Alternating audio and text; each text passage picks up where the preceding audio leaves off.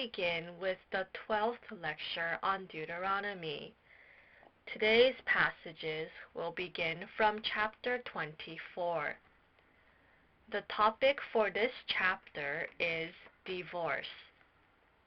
First, divorce, verses 1 through 4. Second, newlyweds, verse 5. Third, do not take millstone as security for debt, verse 6. Fourth, a kidnapper is to be put to death, verse 7. Fifth, work for a leper, verses 8 through 9. Sixth, regulations on mortgages, verses 10 through 13. Seventh, do not abuse the poor and give him his wage on the same day, verses 14 through 15. Eighth, do not punish a child for his or her parents' sins, verse 16.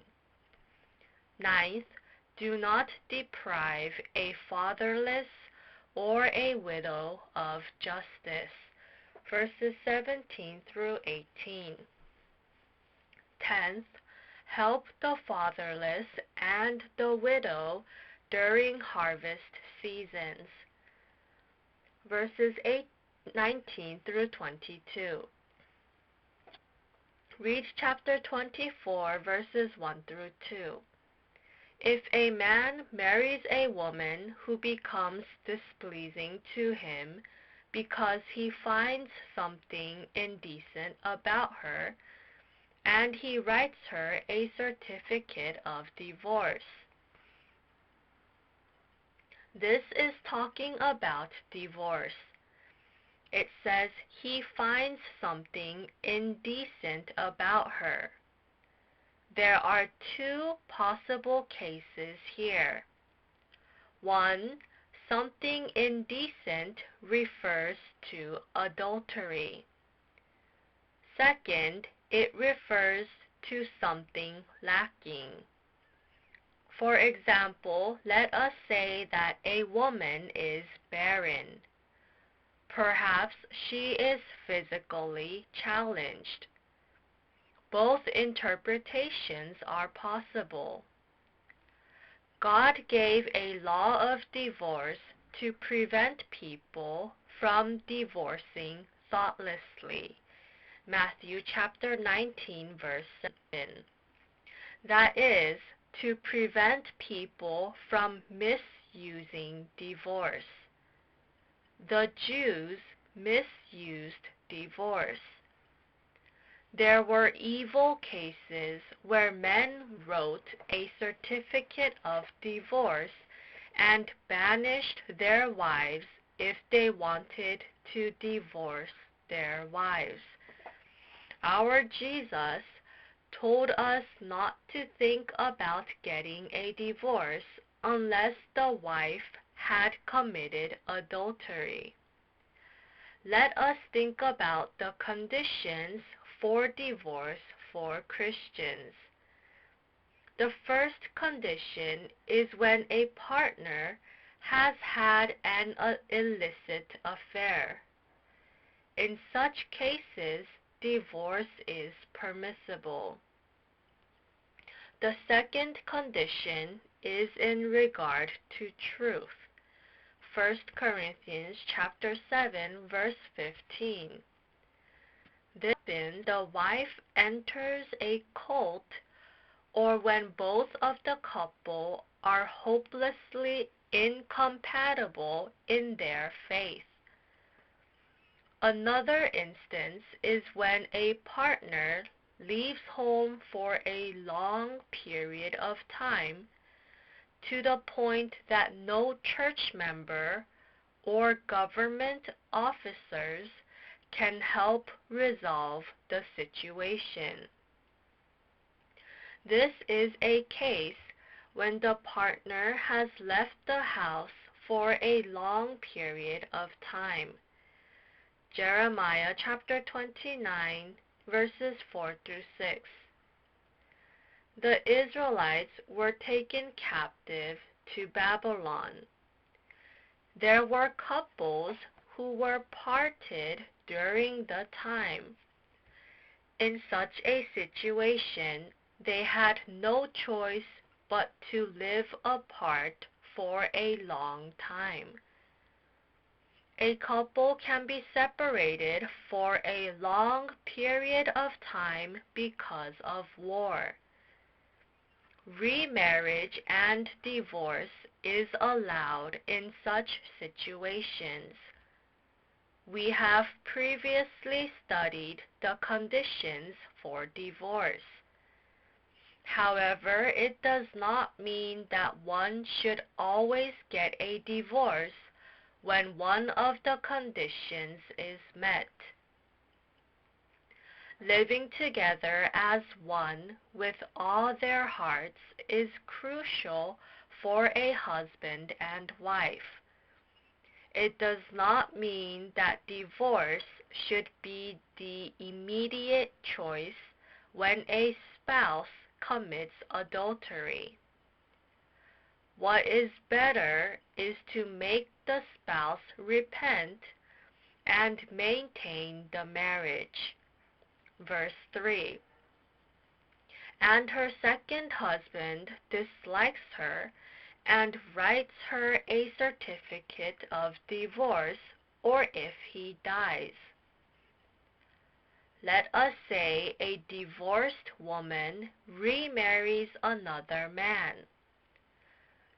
The verse is saying that this divorced woman cannot return to her divorced husband. Such an act is immoral. This is a manifestation of a lifestyle guided by fleshly desires. Verse 5. If a man has recently married, he must not be sent to war or have any other duty laid on him. For 1 year he is to be free to stay at home and bring happiness to the wife he has married. For example, let's say a man had just gotten married. He is a newlywed. That man is not to be sent into battle, because all he will think about during the battle is his home. Such a man cannot win the good fight for God's kingdom. 300 soldiers of Gideon left everything behind and triumphed in God's battle with courage. Those who built their houses but did not yet celebrate the completion of it were not to be sent to battle as well. Chapter 20, verses 5 through 6. We must live as if we do not have wives. 1 Corinthians chapter 7, verses 29 through 35. We must be victors of the good fight. Church works can be more important than household affairs. Verse 6. Do not take a pair of millstones as security for a debt, because that would be taking a person's livelihood as security. It says, do not take a pair of millstones as mortgages. In the past, barley and flour were ground with millstones. However, if that were taken away as security for a debt, a person would be unable to cook. The poor will be hungry if that were to happen. This is to threaten one's life. By not doing so, one would be helping the poor. The verse is saying that no harm should be done to their lives. Their lives should not be in danger because of debts. Thus, even when one takes the debtor's mortgages, one should do so with consideration. They should take the security of a debt, but not to the extent of endangering the life of others. Verse 7. If someone is caught kidnapping a fellow Israelite and treating or selling them as a slave, the kidnapper must die. In those times, children and adults were kidnapped. They were used for the kidnapper's benefits or were killed. The verse says to charge death sentences to the kidnappers. It is right that the kidnappers receive death sentences. There are people who lure believers into heresies and evil ideologies. Such people have committed a sin worth dying. Verse 8. In cases of defiling skin diseases, be very careful to do exactly as the Levitical priests instruct you. You must follow carefully what I have commanded them.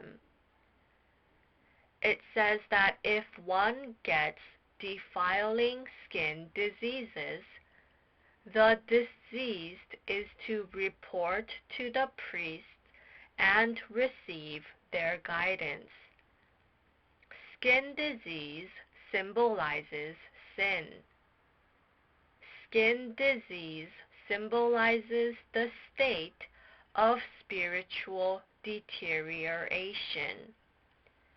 If a believer commits sins, his soul will become wicked and will fester. In such cases, the believer is to visit his pastor and receive his guidance. The pastor should deliver the person from falling into sins. Verse 9.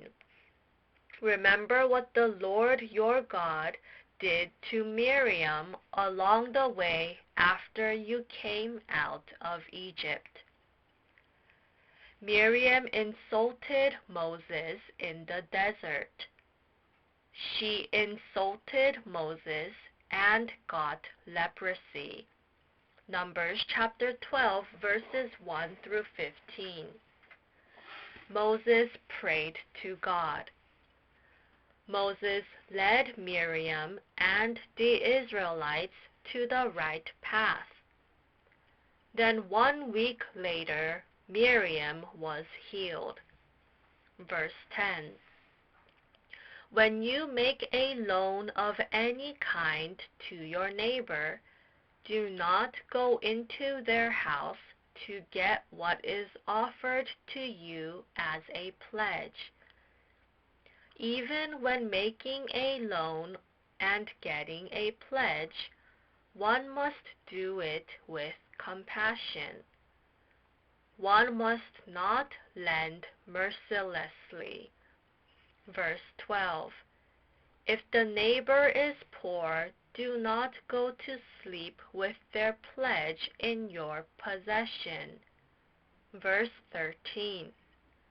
Return their cloak by sunset so that your neighbor may sleep in it. Then they will thank you, and it will be regarded as a righteous act in the sight of the Lord your God. Even when a cloak is offered as a security of a debt, one must return it by sunset. Then the person in need will bless and give thanks with all his heart. This is to truly love one's neighbor. Showing compassion to the poor is what God is pleased with. Verse 14. Do not take advantage of a hired worker who is poor and needy. Verse 15. Pay them their wages each day before sunset, because they are poor and are counting on it. Do not take advantage of the poor. Do not take advantage of the nomads as well. Have compassion for a foreigner residing in the country to earn a living. The employer should give the hired worker their wages right after their work is done. James chapter 5 verse 4. The wages of the workers should be given right away.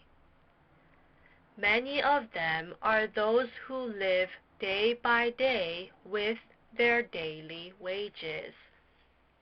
Thus, respecting their lives is crucial. Verse 16. Parents are not to be put to death for their children, nor children put to death for their parents. Each will die for their own sin. A son will not die for his father's sins. A father will not be killed for his son's sins. Ezekiel chapter 18 verse 2. Verse 20. People get punished for their own sins. A child will be blessed if he lives in righteousness, even though his parents have committed sins. The 10 Commandments say that the sin of disobeying a commandment flows down to the 3rd and 4th generation. It means that the influence of a father's sin will flow down to the 3rd and 4th generations. Verse 17. Do not deprive the foreigner or the fatherless of justice, or take the cloak of the widow as a pledge. Do not deprive an orphan or a widow of justice. Everything should be judged fairly. The poor must be treated with compassion. Verse 19. When you are harvesting in your field and you overlook a sheaf, do not go back to get it. Leave it for the foreigner, the fatherless, and the widow, so that the Lord your God may bless you in all the work of your hands. It requires people to think of the poor, the foreigners, and the fatherless during the time of harvest. They must be allowed to pick grains. During beating season of olive trees, the olive trees are to be beaten only once. This was so that the poor can pick leftover olives. Verse 22. Remember that you were slaves in Egypt. That is why I command you to do this. The Israelites were to remember the time in Egypt when they were slaves. They were to remember the sufferings of slavery. This was so that they could help those in need. Let us continue with chapter 25. The title of this chapter is Judgment. First, judge and charge fairly, verses 1 through 3. Second, feed the ox treading out the grain, verse 4. Third, levirate marriage, verses 5 through 10. Fourth, severely punish one who attacks a man's private parts, verses 11 through 12. Fifth, have accurate weights and measures, verses 13 through 16. Sixth, blot out the name of Amalek, verses 17 through 19. Read chapter 25, verse 1. When people have a dispute, they are to take it to court, and the judges will decide the case. A judge should not delay in his judgment and punishment. When there is a clash between people, God-appointed judges should judge cases. The law is the standard for judgment. In today's time, one should judge according to the Bible. Read verse 13. But the judge must not impose more than 40 lashes. If the guilty party is flogged more than that, your fellow Israelite will be degraded in your eyes. There may be a case where the guilty receives 40 lashes. However, it says, do not over-punish the guilty. 40 lashes is permissible, but there should be no more. The Jews were said to flog only up to 39 times, and it is possible that they miscounted. Paul received such flogging 5 times. 2 Corinthians chapter 11, verse 24. In today's time, we believers are like these judges. We must give accurate judgment at all times. Whether in personal matters or in family matters, in the church or in national matters, or in work-related matters, we must be able to judge according to God's will. Verse 4. Do not muzzle an ox while it is treading out the grain. This means that a farmer should feed the working ox. In 1 Corinthians chapter 9, verses 9 through 10, Paul quotes this verse. This verse means that people must give sustenance to those who do God's work. Church leaders specially work for God's works. Thus, church members must be responsible for the church leaders' spendings. Church members offer tithes, and the church leaders live off of it and focus their work on God's works. On the other hand, church leaders must not strive to be served by others. 2 Corinthians chapter 9 verse 15. They must not become a nuisance to church members. Verse 5.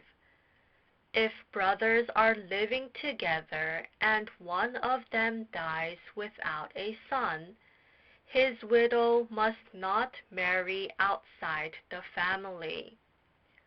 Her husband's brother shall take her and marry her and fulfill the duty of a brother-in-law to her.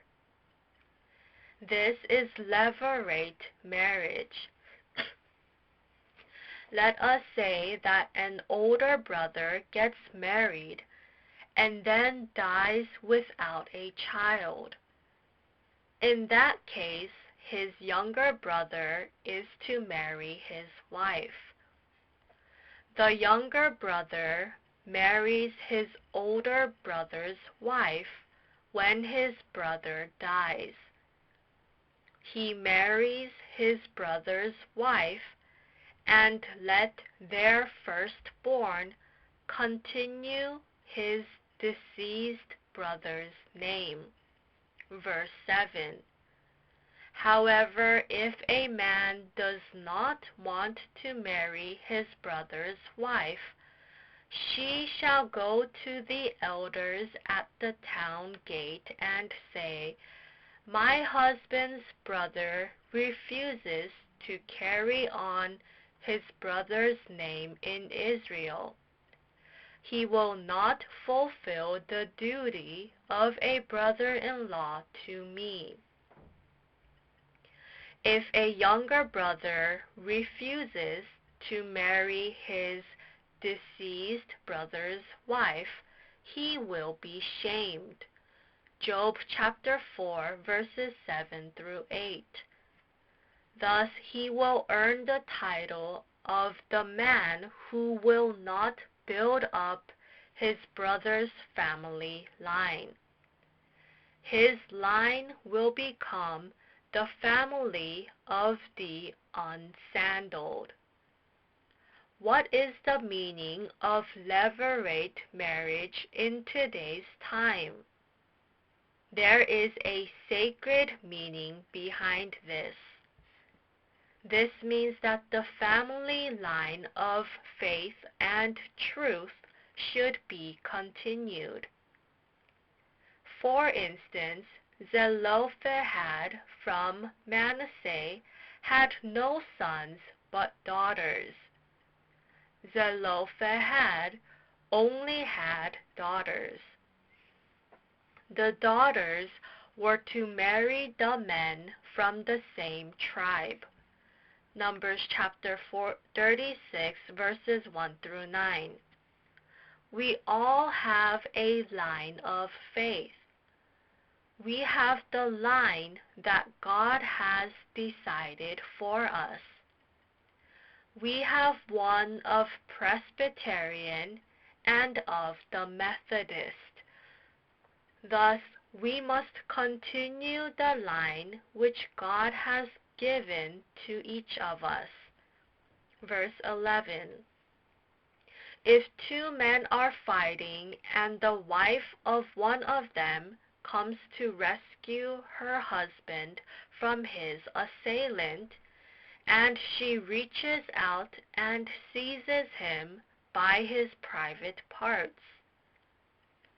Let us say that when two men were fighting, one of their wives grabbed the private part of another man to rescue her husband.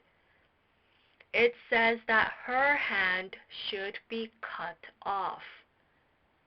This is because grabbing the private part of another person is the same as violating one's sexual part.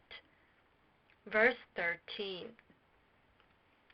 Do not have two differing weights in your bag, one heavy, one light.